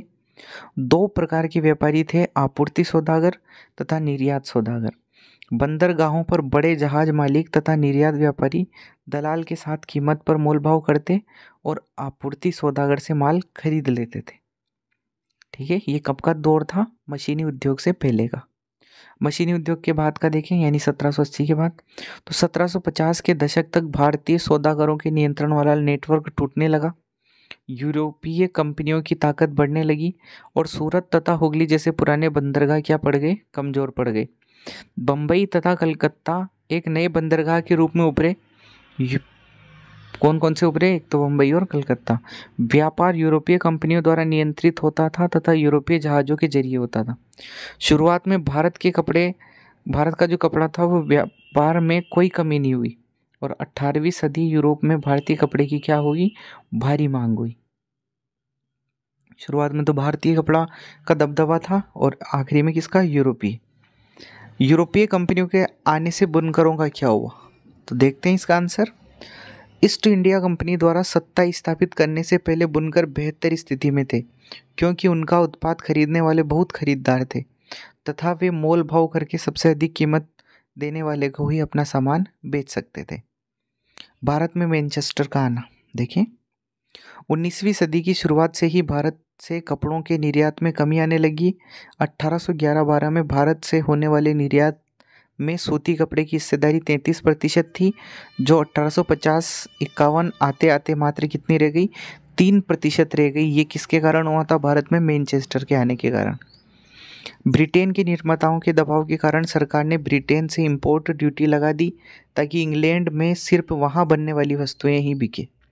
ईस्ट इंडिया कंपनी पर भी इस बात के लिए दबाव डाला गया है कि वह ब्रिटेन में बनी चीज़ों को भारत के बाज़ारों में बेचे। और 18वीं सदी के अंत तक भारत में सूती कपड़ों का आयात न के बराबर था, लेकिन 1850 आते आते कुल आयात में 31% हिस्सा सूती कपड़े का था। 1870 के दशक तक यह हिस्सेदारी बढ़कर 50% से ऊपर चली गई। अगला देखिए, मैनचेस्टर के आगमन से भारतीय बुनकरों के सामने क्या क्या समस्याएं हुई। मैनचेस्टर जो भारत में आया था, तो 19वीं सदी के आते बुनकरों के सामने कई समस्याओं का जन्म हुआ, जैसे नियति बाजार का ढह जाना, स्थानीय बाजार का संकुचित हो जाना, अच्छी कपास का न मिल पाना, ऊंची कीमत पर कपास खरीदने के लिए मजबूर होना। और 19वीं सदी के अंत तक भारत में फैक्ट्रियों द्वारा उत्पादन शुरू तथा भारतीय बाजार में मशीनी उत्पाद की भी मांग बढ़ी, यानी मशीनें बहुत सारी लग गई थी उस समय तक। भारत में कारखानों की शुरुआत कब हुई और उससे क्या क्या फ़र्क पड़ा वो देखते हैं। बम्बई में पहला सूती कपड़ा मिल 1854 में बना और उसमें उत्पादन 2 वर्षों के बाद शुरू हुआ। 1862 तक 4 मिल चालू हो गए थे। 1854 में शुरू हुए और 62 तक कितने हो गए थे, 4। उसी दौरान बंगाल में जूट मिल भी खुल गया। कानपुर में 1860 के दशक में एल्गिन मिल की शुरुआत हुई। अहमदाबाद में भी इसी अवधि में पहला सूती मिल चालू हुआ और मद्रास के पहले सूती मिल में 1874 में उत्पादन शुरू हुआ। ये कारखानों की शुरुआत इस तरीके से हुई। 19वीं सदी में भारतीय मजदूरों की दशा कैसी थी देखते हैं। तो 1901 में भारतीय फैक्ट्रियों में 5,84,000 मजदूर काम करते थे, जो 1946 में बढ़कर कितने हो गए, 24,36,000। और ज़्यादातर मजदूर अस्थायी तौर पर रखे जाते थे। और फसलों की कटाई के समय वो कहाँ चले जाते थे, गांव में। नौकरी मिलना कठिन था और जोबर मजदूरों की ज़िंदगी को पूरी तरीके से क्या करते थे, नियंत्रित। आगे हम देखेंगे जोबर क्या होते हैं। तो ये देखिए जोबर कौन है। तो उद्योगपतियों ने मजदूरों की भर्ती के लिए किसको रखा था, जोबर को। जोबर कोई पुराना विश्वस्त कर्मचारी होता था। वह गांव से लोगों को लाता था काम का भरोसा देता और शहर में बसने के लिए मदद देता। जोबर मदद के बदले पैसे व तोपों की मांग करने लगा था। अब प्रश्न देख लेते हैं, पाठगत प्रश्न परीक्षा में आने वाले। पहला प्रश्न, निम्नलिखित की व्याख्या करें। पहला वाला, ब्रिटेन की महिला कामगारों ने स्पिनिंग जेनी मशीनों पर हमले किए और क्यों किए, इसकी व्याख्या करनी। तो स्पिनिंग जेनी के आविष्कार के बाद ब्रिटेन में हथकरघा कारीगरों को लगने लगा कि इस नई मशीन से उनका रोजगार छिन जाएगा, और उनका रोजगार छिन जाएगा तो इस मशीन को वे अपने अस्तित्व के लिए खतरा समझने लगे। इसलिए ब्रिटेन की महिला कामगारों ने स्पिनिंग जेनी मशीनों पर क्या किए, हमले किए और तोड़फोड़ की। 20 वाला देखते हैं। 17वीं शताब्दी में यूरोपीय शहरों के सौदागर गांवों में किसानों और कारीगरों से काम करवाने लगे। क्यों? तो देखो, शहरी क्षेत्रों में गिल्ड हुआ करते थे जो बहुत प्रभावशाली थे। उनके कारण किसी भी नए व्यवसाय के लिए व्यवसाय में शुरुआत करना बहुत मुश्किल था। ऐसे गिल्ड किसी भी क्षेत्र में उत्पादन और कीमत दोनों को नियंत्रित करते थे, ये हमने पहले भी देख लिया। और व्यापारी अपनी शुरुआत करना चाहते थे, उन्होंने गाँवों से सामान बनवाना बेहतर समझा। इसलिए 17वीं शताब्दी में यूरोपीय शहरों के सौदागर गांवों में किसानों और कारीगरों से काम करवाने लगे। सी वाला, सूरत बंदरगाह 18वीं सदी के अंत तक हाशिए पर पहुंच गया था। तो क्यों हुआ था ऐसा? तो इस अवधि में ईस्ट इंडिया कंपनी ने कई अन्य शहरों में अपने व्यापार का केंद्र स्थापित कर लिया। इसके कारण सूरत का व्यापार बुरी तरीके से प्रभावित हुआ और 18वीं सदी के अंत तक सूरत हाशिए पर पहुंच गया। डी वाला देखें, ईस्ट इंडिया कंपनी ने भारत में बुनकरों पर निगरानी रखने के लिए गुमास्तों को नियुक्त किया था। क्यों? तो ईस्ट इंडिया कंपनी परंपरागत बिचौलियों और व्यवसायों को समाप्त करना चाहती थी, यानी बिचौलियों को बिल्कुल ख़त्म करना चाहती थी। इसके पीछे कंपनी का उद्देश्य था कि व्यापार पर सीधा नियंत्रण बनाया जा सके। इसलिए कंपनी ने भारत में बुनकरों पर निगरानी रखने के लिए गुमास्तों को नियुक्त कर दिया। प्रत्येक के आगे सही गलत का निशान लगाना है। तो देखते हैं, 19वीं सदी के आखिर में यूरोप की कुल श्रम शक्ति का 80% तकनीकी रूप से विकसित औद्योगिक क्षेत्र में काम कर रहा था। नहीं, औद्योगिक क्षेत्र में नहीं कर रहा था, गलत। 18वीं सदी तक महीन कपड़े के अंतर्राष्ट्रीय बाजार पर भारत का दबदबा था। हाँ था, भारत का क्या था, दबदबा था। अगला था, अमेरिकी गृह युद्ध के फलस्वरूप भारत में कपास के निर्यात में कमी आई। तो नहीं, भारत में ऐसा कुछ नहीं हुआ था, ये गलत है। फ्लाई शटल के आने से हथकरघा कामगारों की उत्पादकता में सुधार हुआ। हाँ, तो हुआ है, ठीक है, सही है ये। और आखिरी क्वेश्चन, पूर्व औद्योगिकीकरण का मतलब बताइए। तो ये हमने पहले ही देख लिया, पूर्व औद्योगिकीकरण। एक बार और देखते हैं। ब्रिटेन में औद्योगिकीकरण से ठीक पहले के दौर को पूर्व औद्योगिकीकरण कहते हैं। यह वह समय था जब ब्रिटेन में कारखाने नहीं खोले गए थे। इस अवधि के व्यवसाय का नेटवर्क अनूठे किस्म का था, जिसे कौन नियंत्रित करते थे? व्यापारी गांव में चीज़ें बनवाते और अपने गांव में रहते हुए ही काम किया करते थे। उन उत्पादों को गांवों से लंदन जैसे शहरों तक लाया जाता और फिर दुनिया के अन्य भागों में क्या कर दिया जाता? निर्यात। ये पूर्व औद्योगिकीकरण, और ये हमारा औद्योगिकीकरण वाला पूरा चैप्टर खत्म। तो 4 चैप्टर हमारे पूरे हो गए। ये है चैप्टर नंबर 5, मुद्रण संस्कृति और आधुनिक दुनिया। इस वाले चैप्टर में हमने टॉपिक के साथ साथ महत्वपूर्ण प्रश्न भी संकलित करे हैं। तो देखते हैं। सबसे पहले इससे महत्वपूर्ण टॉपिक देखते हैं। प्रिंट टेक्नोलॉजी का विकास सबसे पहले कहाँ हुआ था? चीन, जापान और कोरिया में। महत्वपूर्ण लाइनें हैं ये, यहाँ से प्रश्न बनने की संभावना बनती है। दूसरी है, चीन में 594 ईस्वी के बाद से ही लकड़ी के ब्लॉक पर स्याही लगाकर उससे कागज पर क्या की जाती थी? प्रिंटिंग। किससे की जाती थी? लकड़ी का जो ब्लॉक होता था उसके ऊपर स्याही लगा के। उस जमाने में कागज पतले और झिरीदार होते थे। ऐसे कागज पर दोनों तरफ छपाई करना संभव नहीं था, इसलिए कि केवल एक सिरे पर होती थी। कागज के दोनों सिरों को टांके लगाकर फिर बाकी कागज को मोड़कर एकार्डियन बुक बनाई जाती थी, यानी स्पाइरल टाइप की बुक बनाई जाती थी। तो आगे देखिए, यूरोप में मुद्रण का आना। तो सिल्क रूट जो हमने देखा था, इससे पहले वाले चैप्टर्स में हमने देखा था सिल्क रूट के बारे में। तो सिल्क रूट के माध्यम से 11वीं शताब्दी में चीनी कागज यूरोप पहुंचा। कहाँ से कहाँ पहुंचा? तो चीनी कागज जो था वो कहाँ पहुंचा? यूरोप। 1925 में मार्को पोलो चीन से मुद्रण का ज्ञान लेकर कहाँ गया? इटली। कौन गया? Marco Polo. किताबों की बढ़ती मांग को पूरा करने के लिए पुस्तक विक्रेता सुलेखक या कातिब को रोजगार देने लगे और हस्तलिखित पांडुलिपियों के माध्यम से पुस्तकों की भारी मांग को पूर्ण कर पाना कैसा हो चुका था, असंभव हो चुका था। ठीक है, आगे देखें, गुटेनबर्ग का प्रिंटिंग प्रेस, ये इंपॉर्टेंट प्रश्न है, यहाँ से प्रश्न बनने की संभावना बनती है। तो योहान गुटेनबर्ग के पिता व्यापारी थे और खेती की एक बड़ी रियासत में पल बढ़कर बड़ा हुआ था। क्या हुआ था वो? एक बड़ी रियासत में पल बढ़कर बड़ा हुआ था। वह बचपन से ही तेल और जैतून पेरने की मशीनें देखता आया था। ठीक है, बाद में उसने पत्थर पर पॉलिश करने की कला सीखी, फिर सुनारी, और अंत में उसने शीशे की इच्छित आकृतियों में गढ़ने में महारत हासिल कर ली। शीशे को किस में कर लिया उसने?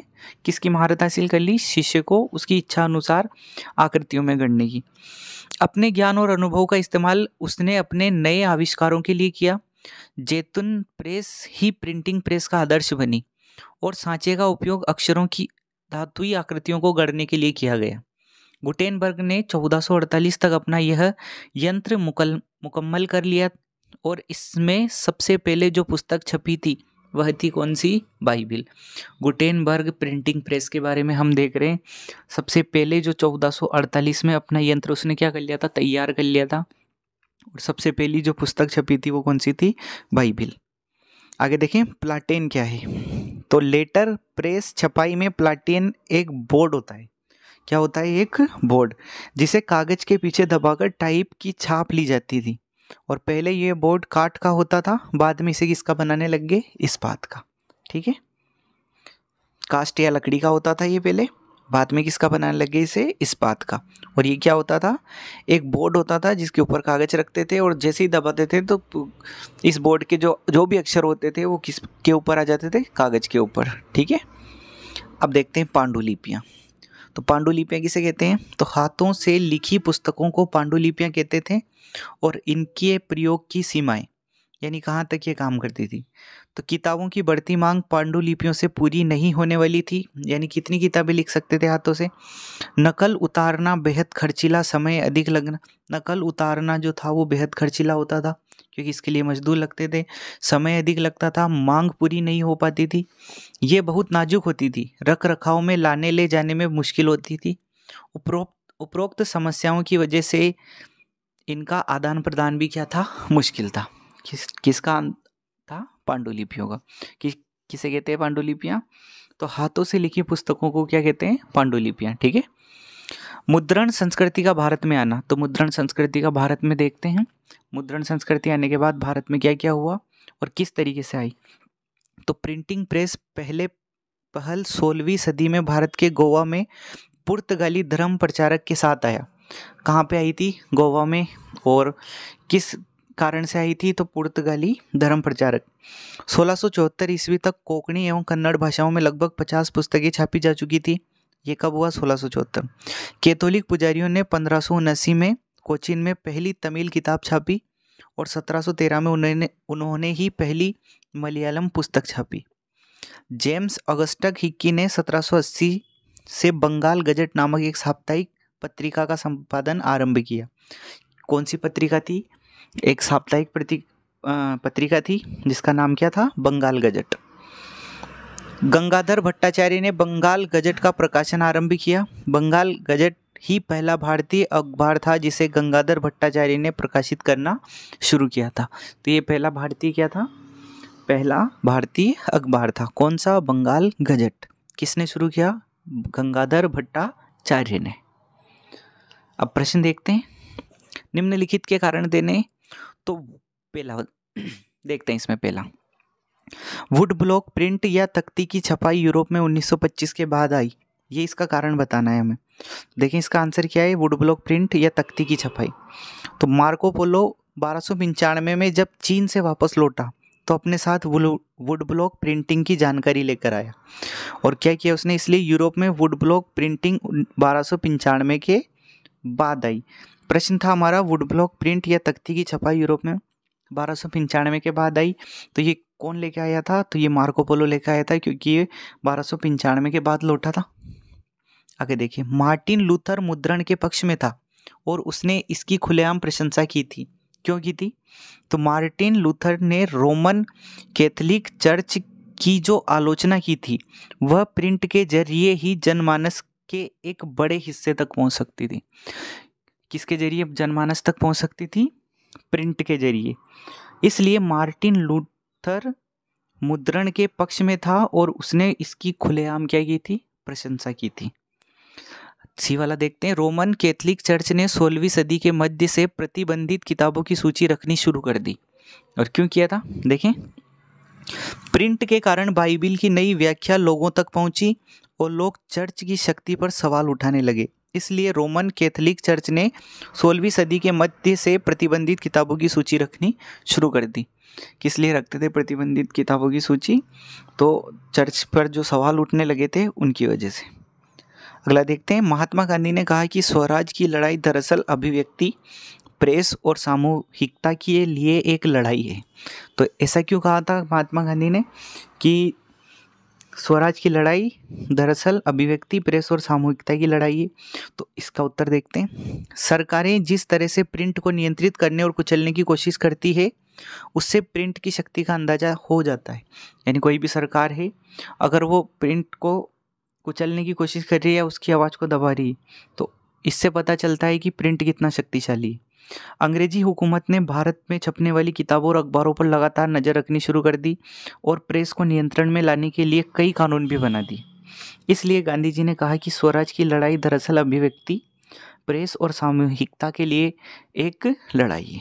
ठीक है, देखें, छोटी टिप्पणी में इनके बारे में बताना है। तो गुटेनबर्ग किसी व्यापारी के बेटे थे और अपने बचपन से ही उन्होंने जैतून पे प्रिंटिंग प्रेस देखी थी और उसने पत्थरों पर पॉलिश करने की कला भी सीखी थी। उसे सोने के जेवर बनाने में भी महारत हासिल थी और लेड के सांचे भी बनाता था, जिनका इस्तेमाल सस्ते जेवरों को ढालने के लिए किया जाता था। तो ये तो किसके बारे में जानकारी? गुटेनबर्ग। आगे देखते हैं इसके बारे में। इस तरह से गुटेनबर्ग के पास वह हर जरूरी ज्ञान था जिसका इस्तेमाल करके उसने प्रिंटिंग टेक्नोलॉजी को और बेहतर बनाया। उसने जैतून के प्रेस को अपने प्रिंटिंग प्रेस का मॉडल बनाया और अपने सांचों का इस्तेमाल करके छापने के लिए अक्षर बनाए। 1448 ईस्वी तक गुटेनबर्ग ने अपने प्रिंटिंग प्रेस को क्या कर लिया था? दुरुस्त बना लिया था। और उसने अपने प्रेस में सबसे पहले किस बुक को छापा था? तो वो थी बाइबिल। ठीक है, ये हमने पहले भी देखा और फिर से ये हमारे रिपीट हो गया। छपी किताब को लेकर इरेस्मस के विचार क्या थे? तो इरेस्मस का मानना था कि बौद्धिक ज्ञान की अस्मिता के लिए किताबों का छापना अच्छी बात नहीं है। यानी इसका मानना क्या था कि बौद्धिक ज्ञान के लिए किताबों का छापना अच्छी बात नहीं है। उसका सोचना था कि प्रिंट के कारण बाजार में घटिया किताबें भी भर जाएगी, जिससे समाज को लाभ के स्थान पर क्या होगा? घाटा होगा। घटिया किताबों की भीड़ में अच्छी रचना का अस्तित्व ही मिट जाएगा। घटिया किताबों के साथ साथ जो अच्छी किताबें होंगी उनका अस्तित्व खतरे में आ जाएगा। इस कारण ये इरेस्मस के विचार थे। वर्नाकुलर या देसी press act. Vernacular press act को 1878 में पारित किया गया। इस कानून ने सरकार को वर्नाकुलर प्रेस में समाचार और संपादकीय पर सेंसर लगाने के लिए शक्ति प्रदान कर दी। राजद्रोही रिपोर्ट छपने पर अखबार को चेतावनी दी जाती थी, यानी राजा के बारे में। यदि उस चेतावनी का कोई प्रभाव नहीं पड़ता तो फिर ऐसी भी संभावना होती थी कि प्रेस को बंद कर दिया जाए और प्रिंटिंग मशीनों को क्या कर लिया जाए? जब्त कर लिया जाए। ये क्या था? वर्नाकुलर प्रेस एक्ट कब आया था? 1878 में। 19वीं सदी में भारत में मुद्रण संस्कृति के प्रसार का इनके लिए क्या मतलब था? तो किस के लिए क्या मतलब था? तो महिलाओं के लिए इसका क्या मतलब था मुद्रण संस्कृति का? तो महिलाओं के जीवन और संवेदनाओं पर कई लेखकों ने लिखना शुरू किया। इसके कारण मध्यम वर्ग की महिलाओं में पढ़ने की प्रवृत्ति तेज हो गई। कई ऐसे पिता या पति आगे आए जो स्त्री शिक्षा पर जोर देते थे। कुछ महिलाओं ने घर पर रहकर ही शिक्षा प्राप्त की, जबकि कुछ अन्य महिलाओं ने स्कूल जाना भी शुरू कर दिया। ये महिलाओं के लिए। लेकिन पुरातनपंथी हिंदू और मुसलमान अभी भी स्त्री शिक्षा के खिलाफ थे। उनका ये देखिए, पुरातनपंथी हिंदू और मुसलमान अभी भी स्त्री शिक्षा के खिलाफ थे। उनका मानना था कि शिक्षा से लड़कियों के दिमाग पर बुरे प्रभाव पड़ते हैं और लोग चाहते थे कि उनकी बेटियां धार्मिक ग्रंथ पढ़े, लेकिन उसके अलावा और कुछ ना पढ़े। ठीक है, ये महिलाओं के बारे में था। गरीब जनता इसके बारे में क्या सोचती थी? तो मद्रास के शहरों में 19वीं सदी में सस्ती और छोटी किताबें आ चुकी थी। इन किताबों को चौराहों पर बेचा जाता था ताकि गरीब लोग भी उन्हें खरीद सके। 20वीं सदी की शुरुआत में सार्वजनिक पुस्तकालयों की स्थापना शुरू हुई। जिसके कारण लोगों तक किताबों की पहुंच बढ़ने लगी। कई अमीर लोग अपने क्षेत्र में अपनी प्रतिष्ठा बढ़ाने के उद्देश्य से पुस्तकालय बनाने लगे। इससे गरीब लोग भी किताबें पढ़ने लगे, बदलती दुनिया के बारे में जानने लगे। ये किसके बारे में? हम गरीब जनता के बारे में देख रहे हैं। इससे इतना फायदा हुआ कि कई मजदूरों ने भी किताबें लिखना शुरू कर दिया। आगे देखते हैं। सुधारक के नज़रिए से देखें तो प्रिंट ने समाज सुधारकों का काम आसान कर दिया। उनके नए विचार अब आसानी से जनमानस तक पहुंच सकते थे और पुरानी मान्यताओं पर खुलकर बहस संभव हो गया। इससे समाज को काफ़ी फायदा हुआ। अगला देखें। 18वीं सदी के यूरोप में कुछ लोगों को क्यों ऐसा लगता था कि मुद्रण संस्कृति से निरंकुशवाद का अंत और ज्ञानोदय होगा? ये इंपॉर्टेंट प्रश्न है, आने लायक प्रश्न। तो देखिए इसका उत्तर, प्रिंट के कारण ज्ञानोदय के विचारकों के विचार लोकप्रिय हुए। इन विचारकों ने परंपरा, अंधविश्वास और निरंकुशवाद की कड़ी आलोचना की। किस की? एक तो परंपराओं की, अंधविश्वास की और निरंकुशवाद की। प्रिंट के कारण संवाद और वाद विवाद की नई संस्कृति का जन्म हुआ। अब आम आदमी भी मूल्यों, संस्थाओं और प्रचलनों पर विवाद करने लगे और स्थापित मान्यताओं पर सवाल करने लगे। इन सब बदलावों से कुछ लोगों को लगने लगा कि मुद्रण संस्कृति से निरंकुशवाद का अंत और ज्ञानोदय होगा। ठीक है, ये कुछ लोगों के मत थे बस। 5वां प्रश्न देखिए। कुछ लोग किताबों की सुलभता को लेकर चिंतित क्यों थे? यूरोप और भारत से एक उदाहरण हमें लेना है। ठीक है, तो किस प्रकार से चिंतित थे? तो रूढ़िवादी लोगों को लगता था कि किताबें पढ़ने से लोगों के दिमाग खराब हो जाएंगे या फिर जाएंगे। यूरोप के कैथोलिक चर्च को लगता था कि लोग उसकी अवहेलना करना शुरू कर देंगे और भारत के रूढ़िवादियों को लगता था कि लोग पारंपरिक मान्यताओं को तोड़ने लगेंगे और उससे सामाजिक विध्वंस हो जाएगा। इसलिए ऐसे लोग किताबों की सुलभता को लेकर क्या थे? चिंतित थे। 19वीं सदी में भारत में गरीब जनता पर मुद्रण संस्कृति का क्या असर हुआ? तो ये उत्तर हमने देख लिया पहले, लेकिन फिर देख लेते हैं। मद्रास के शहरों में 19वीं सदी में सस्ती और छोटी किताबें आ चुकी थी। इन किताबों को चौराहे पर बेचा गया जिससे कि गरीब लोग इन्हें खरीद सकें। 20वीं सदी की शुरुआत से सार्वजनिक पुस्तकालयों की स्थापना शुरू हो गई, जिसके कारण लोगों तक किताबों की पहुंच बढ़ने लगी और लोग अपने क्षेत्र में अपनी प्रतिष्ठा बढ़ाने के उद्देश्य से पुस्तकालय बनाने लगे। इससे गरीब लोग भी किताबें पढ़ने लगे और जानने लगे। इससे इतना फायदा हुआ कि कई मजदूरों ने भी क्या लिखी थी? किताबें लिखना शुरू कर दिया था। मुद्रण संस्कृति ने भारत में राष्ट्रवाद के विकास में क्या मदद की? तो देखिए इसका उत्तर, प्रिंट संस्कृति से लोगों में संवाद की संस्कृति का विकास हुआ, यानी बोलना शुरू किया। समाज सुधार के नए विचारों को अब बेहतर तरीके से लोगों तक पहुंचाया जा सकता था। गांधी जी ने अखबारों के माध्यम से स्वदेशी के अर्थ को अधिक शक्तिशाली तरीके से व्यक्त करना शुरू किया और भारत में स्थानीय बोलचाल की भाषाओं में कई अखबार प्रकाशित हुए। इससे भारत के जनमानस में राष्ट्रवाद की भावना फैलने लगी और राष्ट्रवाद की भावना फैलने में मदद मिलने लगी। ठीक है, कई दमनकारी नीतियों के बावजूद प्रिंट संस्कृति एक ऐसा आंदोलन था जिसे रोका नहीं जा सकता था। इसे रोकने का पूरा प्रयास हुआ लेकिन इसे रोका नहीं जा सका। तो ये थे हमारे इस इतिहास वाली बुक समकालीन भारत पार्ट 2, यानी इतिहास वाली बुक के 5वें चैप्टर कंप्लीट हो गए हमारे। ये 5वां था, 5वें चैप्टर कंप्लीट हो गए। अगर नहीं देखे तो चैनल पर जाकर सभी चैप्टर जरूर देखें और हमारे चैनल को देखने के लिए धन्यवाद। और हमसे जुड़ने के लिए RBSC टॉपर्स चैनल को ज़रूर सब्सक्राइब करें। इन 5 चैप्टर्स को आप देखें। इनमें जो आपको महत्वपूर्ण लगता है अगर उन्हें नोट करना चाहें तो ज़रूर नोट करें, नहीं तो 2 से 3 बार इन वीडियो को ज़रूर देखें ताकि आपके ये क्लियर हो जाए और 2024 आने वाली इस बोर्ड परीक्षा में आप अच्छा प्रदर्शन कर सकें। तो मिलते हैं नेक्स्ट वीडियो।